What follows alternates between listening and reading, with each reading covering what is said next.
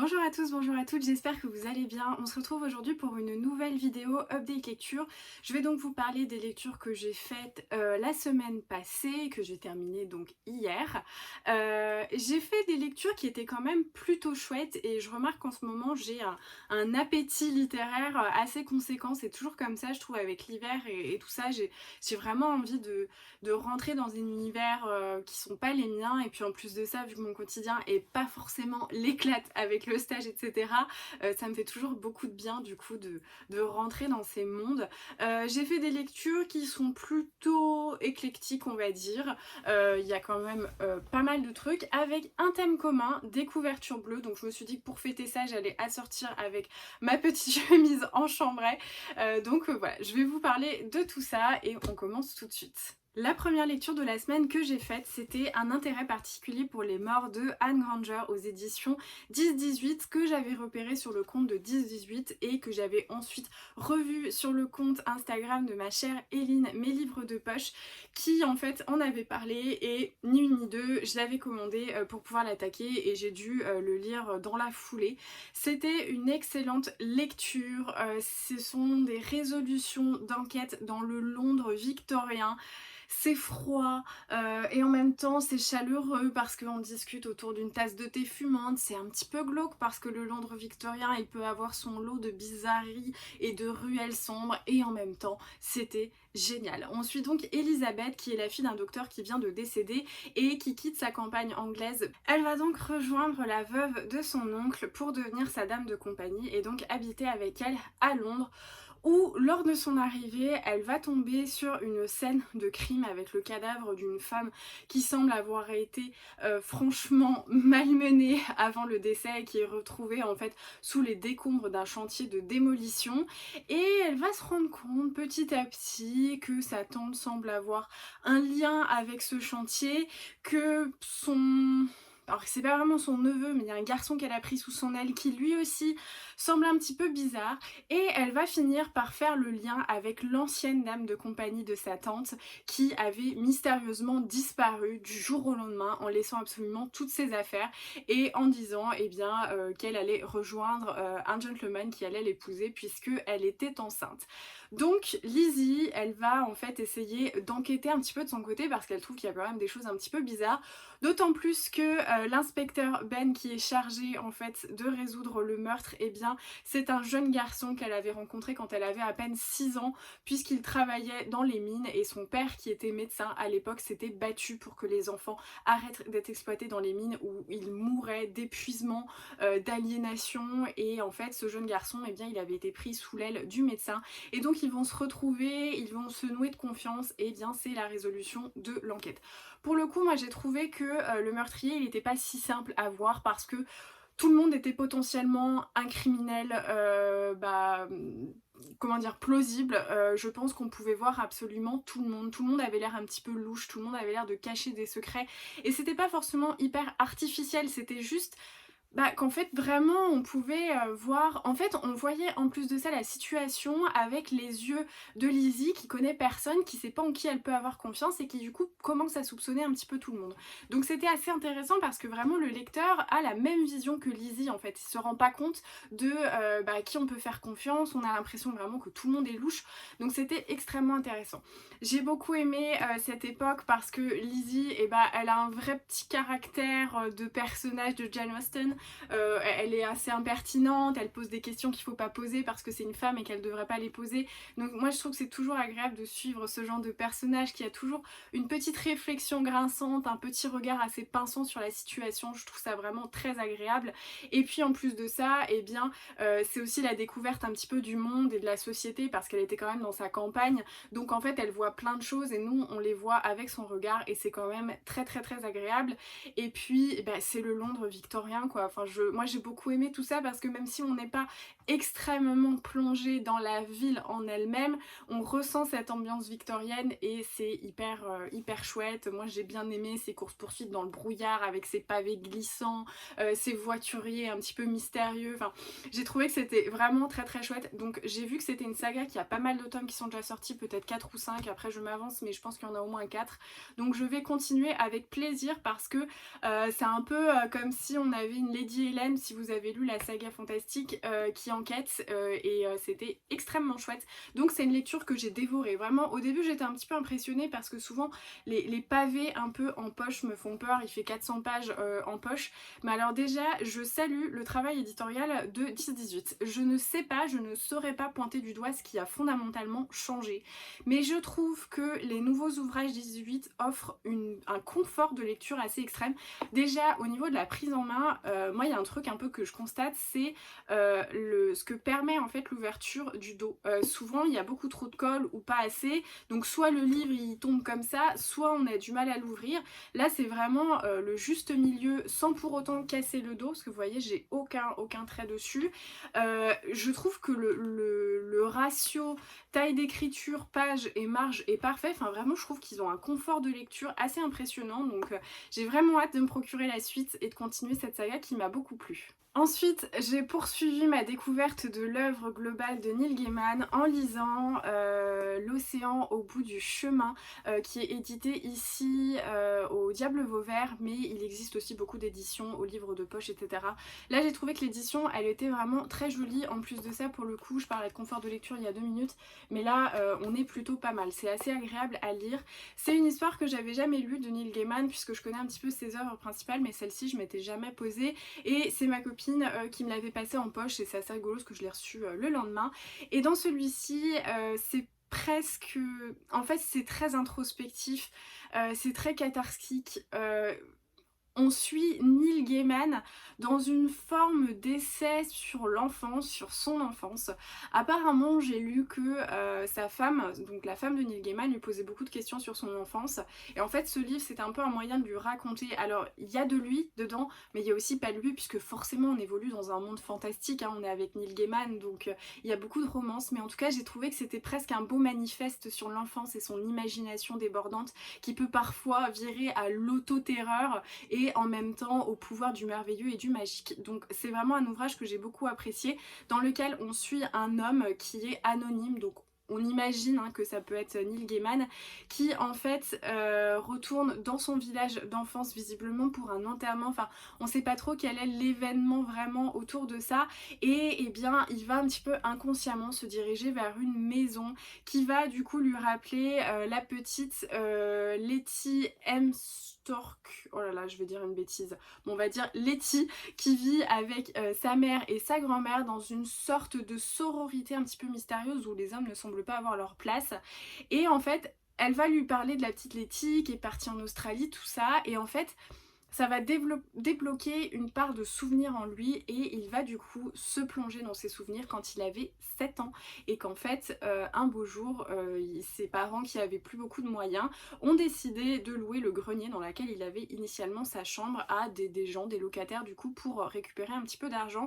Et un beau jour il va y avoir un espèce de monsieur, je crois un chasseur un petit peu de trésors, un petit peu mystérieux et mystique, qui va donner des pierres un peu précieuses comme ça à lui et sa sœur. Et bien ce monsieur va se retrouver assassiné dans la voiture de famille et en fait au moment où il découvre cette abomination, Letty, donc la petite voisine qui vit dans la ferme, va le récupérer et semble avoir accès à un monde magique qu'il ne comprend pas. Et en fait je vais pas rentrer dans les détails, mais on va avoir accès à un monde imaginaire avec des créatures où on a l'impression en fait qu'il y a un passage entre des créatures un petit peu mystiques et la réalité. Notamment Letty dit que la maison elle est là depuis le jugement dernier, et en fait il y a tout un imaginaire qui va se développer autour de ça avec l'océan. Letty elle dit que l'océan c'est son océan alors que c'est un lac, mais en tout cas il y a toute une métaphore autour de ça.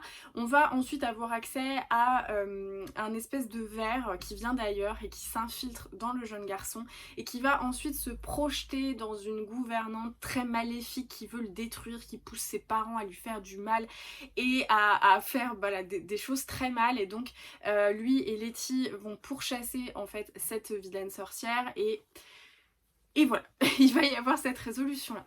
Ce que j'ai trouvé assez merveilleux dans ce livre, c'est l'aisance avec laquelle Neil Gaiman a réussi à retranscrire des événements enfants, mais avec toute la justesse et l'analyse d'un enfant. avec nos yeux d'adultes et avec un petit peu de recul, on se rend compte que c'est une grande métaphore effectivement sur l'enfance et peut-être sur un traumatisme, je veux pas en parler parce que c'est dans la fin et voilà, mais en tout cas, peut-être un petit traumatisme de Neil Gaiman par rapport à quelque chose et on se rend compte que cette gouvernante qui est censée être un être maléfique, hein, qui est venu sous la forme d'un ver et qui s'est manifesté, c'est peut-être lié à un traumatisme d'enfance et à quelque chose qui a été un déni et puis ensuite transformé comme une part d'imaginaire, mais en même temps peut-être que c'était aussi là, enfin voilà, je veux pas en dire plus, mais ce que j'ai trouvé magnifique, voilà, c'est cette métaphore sur l'enfance, c'est un adulte qui revit des événements de son enfance avec un regard d'enfant et c'était bien fait parce que voilà, c'est vraiment une ode au monde imaginaire, à toute la création mentale d'un enfant avec tout ce qu'il peut faire. Je veux dire, l'enfant c'est quand même assez merveilleux, il peut jouer pendant des heures avec un bout de Scooby-Doo et puis se créer un monde fabuleux et vraiment j'ai trouvé que ça encensait cette période-là tout en nous donnant l'impression qu'on est en train de vivre vraiment cette histoire. Donc c'est vraiment un livre avec une double lecture à faire. Celle de l'histoire de ce garçon anonyme qui combat des forces un petit peu maléfiques, où on a beaucoup de métaphores en plus de ça avec la famille de Letty, hein, qui semble être ces trois femmes qui s'inspirent aussi d'une certaine mythologie et tout ça, et d'un autre côté, il y a cette autre lecture qui nous montre une métaphore sur peut-être l'enfance de Neil Gaiman. Donc j'ai trouvé que c'était un ouvrage qui était vraiment passionnant parce que il joue son rôle de divertissement avec ce monde fantastique et en même temps il joue aussi son rôle très cathartique avec beaucoup d'analyse en fait sur l'enfance par l'adulte et ça j'ai beaucoup aimé. Moi qui cherche toujours des messages cachés, j'ai l'impression dans les romans, là j'ai vu plein de choses, j'ai lu plein de choses, j'ai compris plein de choses et c'était très agréable. Donc vraiment ce livre je l'ai trouvé assez profond et il m'a beaucoup plu. Et puis c'est une lecture quand même relativement courte, hein. Là il fait 300 pages, moi j'ai réussi à le lire dans la journée, donc vraiment c'était une chouette lecture. La suite de l'update lecture, ça va peut-être pas être très marrant pour vous, mais c'est principalement des suites de saga, puisque j'ai lu cette énorme brique, donc le tome 8 de Gardien des Cités Perdues, pour lequel je suis un petit peu mitigée. Dans mes derniers updates où je présentais les tomes précédents de Gardien des Cités Perdues, j'expliquais quand même que depuis le 6, 5-6, voilà, j'avais l'impression qu'on ralentissait le rythme parce que les 4-5 premiers tomes étaient vraiment dithyrambiques, hein, ça partait dans tous les sens, c'était des tomes qu'on ouvrait, qu'on refermait, de véritables page-turners qui se lisaient tout seul et où on était frustré de terminer la lecture. Autant à partir du 6-7, moi j'ai senti qu'on ralentissait le rythme et ce que je disais souvent dans mes updates lecture, c'est que je l'analysais, je le comparais au film Harry Potter avec la première partie du 7 qui est très longue, qui est pas très longue mais qui est très lente en termes de respiration dans l'histoire. On sait qu'on va aboutir en fait sur un espèce de cataclysme, sur une bataille énorme, on sait que ça va être le boss de fin un peu comme dans les jeux vidéo et il y a cette espèce de fausse tranquillité dans la lenteur de la construction du film et du scénario qui est là pour donner une respiration avant vraiment de retenir son souffle jusqu'à la fin de la partie 2 du 7e film. Ici, avec Gardien des Cités Perdues, moi je ressentais la même chose. J'avais vraiment l'impression que le 6 et le 7, c'était des respirations. On avançait, mais vraiment, on était plus en train de piétiner que d'avancer, et on sentait que l'auteur, en fait, elle se retenait un petit peu pour pouvoir donner quelque chose d'assez magistral dans le tome d'après. Je pensais ça pour le 6, ça a été la même chose pour le 7. Le 7, il m'a vraiment lassée parce que moi j'étais là, ça fait déjà un tome que j'attends que ça démarre, est-ce que ça peut arriver? Donc le 7 m'avait un petit peu frustrée parce que j'en attendais plus, et quand j'ai attaqué ce tome 8, j'avais envie que ça décolle en fait. Et sur ma vidéo des booktubeurs fête Noël où j'encensais cette saga qui a été assez salvatrice pour moi en 2020, et bien Alex Bookin en Prada m'avait dit tu vas voir, moi j'étais comme toi et franchement à partir du 8 ça m'a saoulée parce que je trouve que ça piétine trop, qu'il y a trop de dialogue, et je suis totalement d'accord avec elle, bien que la fin me donne quand même hyper envie de continuer le tome 8 et demi que j'ai du coup dans ma pile à lire et que je vais lire je pense la semaine prochaine. Ce tome là en fait il y avait 300 pages de trop. C'est un tome qui fait 760 pages, pratiquement 800 pages, et il y a des choses qui sont pas nécessaires. Il y a des pages et des pages et des pages de dialogue. Des fois, il y a peut-être 20 pages de dialogue qui sont un peu vides parce qu'on est aussi avec une communauté de jeunes adolescents qui sont pas extrêmement matures, donc il y a beaucoup de taquineries. Après, il y en a qui sont très drôles, mais c'est juste qu'au bout d'un moment, moi j'arrive un petit peu à mon seuil de tolérance parce que je veux bien rigoler et avoir un humour assez facile. Au bout d'un moment, j'avais envie qu'on avance. Alors certes, on avance un petit peu dans le scénario, il y a des choses qui se révèlent, mais moi j'attends vraiment que le tome 8 et demi, il décolle parce que là, c'est bon. J'ai patienté pendant 3 tomes que je trouve des tomes très transitoires, bien que celui-ci, sur les 200 pages de la fin, vraiment, on a avancé et c'était très très intéressant, hein. Mais voilà, j'aimerais bien que ça décolle. Cela étant, ça reste un tome que j'ai dévoré en 24-48 heures alors qu'il fait 720 pages parce que je suis bien dans l'univers, je suis bien avec les personnages, j'aime les suivre, j'aime les voir évoluer, j'aime les petites complexités qui s'installent. Mais voilà, là j'attends, je trouve qu'on on est remonté comme ça, là on descend un petit peu et il faut vraiment que ça remonte parce que j'en attends beaucoup de cette saga et c'est vrai que là ça fait 2-3 tomes où j'ai envie que ça décolle, donc voilà. Nouvelle suite de saga, et d'ailleurs ça fera l'objet d'une vidéo, j'ai vu que Manon de la chaîne Vibration Littéraire l'avait faite et ça fait un petit moment que je me tâtais de le faire. Alors pas forcément dans la manière assez analytique qu'elle l'a faite, mais plus de vous donner un petit retour en fait sur mes sagas en cours et celles que j'ai envie de continuer en 2021. Et parmi elles, il y a Les Chroniques de Sainte-Marie, donc là j'ai lu le tome 2 et c'est une lecture que j'ai lue d'une traite dimanche. Voilà, donc là on est lundi normalement quand cette vidéo est postée. Dimanche, je me suis levée à 11 h, j'ai pris mon petit déj et je l'ai lu jusqu'à voilà, jusqu'à 15 h à peu près. C'était vraiment une chouette lecture, alors qui souffre un peu des mêmes critiques que j'avais fait sur le premier, c'est que ça part dans tous les sens, ça a une construction qui je trouve est franchement bancale parfois, mais c'est génial. Ici en plus de ça, on démarre sur les chapeaux de roue avec une découverte, une rencontre avec Jack l'Éventreur qui était mais glaçante, mais vraiment j'ai adoré cette partie là parce que ça fait partie des crimes comme ça et des mystères Jack l'Éventreur que j'adore. Donc là qu'il joue avec ce mystère, moi j'étais trop heureuse. Ensuite, on va aller à la rencontre de Mary Stuart, celle qu'on appelait la putain écossaise, de la reine Elisabeth et de cette période en fait de trahison, de complot dans la royauté anglaise. Ça, j'ai adoré. On avance un petit peu aussi sur le complot aussi dans Sainte-Marie avec Clive Ronan, donc le méchant de l'histoire, hein, qui vient interférer dans leur mission historique et tout ça, et qui a un dessin un petit peu particulier. Ça j'ai beaucoup aimé, mais voilà, il souffre des mêmes trucs, c'est-à-dire des fois on a des changements de situation mais qui sont tellement rapides, ou des fois j'ai besoin de revenir en arrière et de me dire non mais attends, là on était dans l'institut et là direct on est en Écosse au XVIe siècle, je comprends pas, je suis perdue. Enfin, de temps en temps ça va un petit peu trop vite. C'est pareil, à un moment donné, bon pour pas spoiler, il y a une histoire entre deux personnages et en fait au bout d'un moment j'étais là, je me disais mais pourquoi elle lui en veut comme ça? Je comprends pas ce qui se passe. Donc des fois, j'étais obligée de revenir en arrière. Mais malgré ces problèmes de construction qui sont manifestes, je m'éclate. Je m'éclate dans ma lecture parce que Max, elle a un humour mais exceptionnel. Moi, je trouve ça vraiment très très drôle à chaque fois. C'est des petits pics, c'est des situations totalement cocasses avec des humours un petit peu nuls et désuets que moi, personnellement, j'adore, j'en raffole. Donc vraiment, j'adore ça. Je trouve que l'ambiance est géniale, on est dans une vraie plongée historique en plus de ça, que ce soit avec les détails de texture des habits, d'odeurs, d'aliments, de tout ça. Enfin vraiment, moi j'aime beaucoup le travail historique qui est fait. Donc c'est vraiment très très chouette. C'est une saga que je vais continuer également avec plaisir parce que voilà. Alors il faut savoir que dans les critiques que j'avais pu faire sur ces problèmes de construction qui étaient vraiment extrêmement brouillons dans le tome 1, là c'est quand même un peu plus travaillé. On a résolu quand même, enfin je veux dire c'est moins manifeste que sur le premier où vraiment le premier c'était n'importe quoi.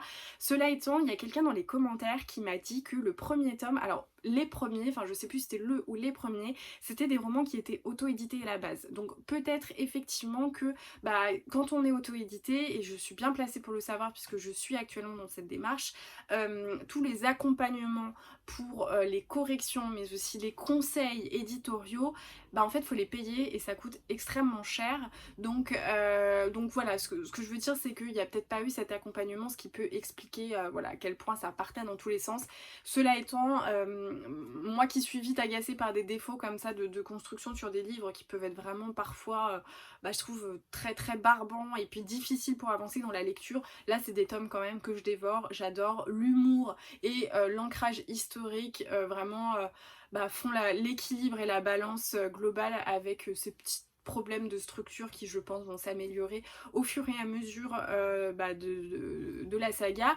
Et en plus de ça, c'est aussi un style, c'est sans doute le style de l'auteur, donc on n'accroche pas, mais moi je trouve que même si je suis un petit peu déstabilisée parfois par la rapidité de la succession des péripéties et puis des situations et des décors et tout ça, et c'est peut-être pas forcément mon style, mais j'apprécie cette histoire et j'ai envie de la continuer, donc vraiment c'est une chouette saga que j'ai découverte en 2020. Voilà, j'espère que cette update lecture vous aura plu, je suis désolée d'avance pour la luminosité, mais comme vous le savez, je vais pas vous faire un petit topo sur la météo, il fait très sombre chez tout le monde et moi j'ai pas de matériel d'éclairage pour pouvoir tourner mes vidéos, donc j'espère que ça ira quand même. J'espère que parmi tous ces livres, certains vous auront tenté, que peut-être vous aurez envie de vous lancer dans les Chroniques de Sainte-Marie si jamais vous étiez un petit peu fébrile en vous disant que le tome était totalement brouillon, etc. Ou que vous aurez envie d'entamer une énième saga de meurtre avec les Chroniques d'Anne Granger. En tout cas, pour moi, ça a été une chouette découverte. N'hésitez pas à laisser un petit pouce, à mettre un commentaire et à partager vos instants de visionnage en story Instagram. J'adore vous repartager. Merci beaucoup pour votre soutien. Je vous souhaite de très belles lectures et je vous dis à très vite.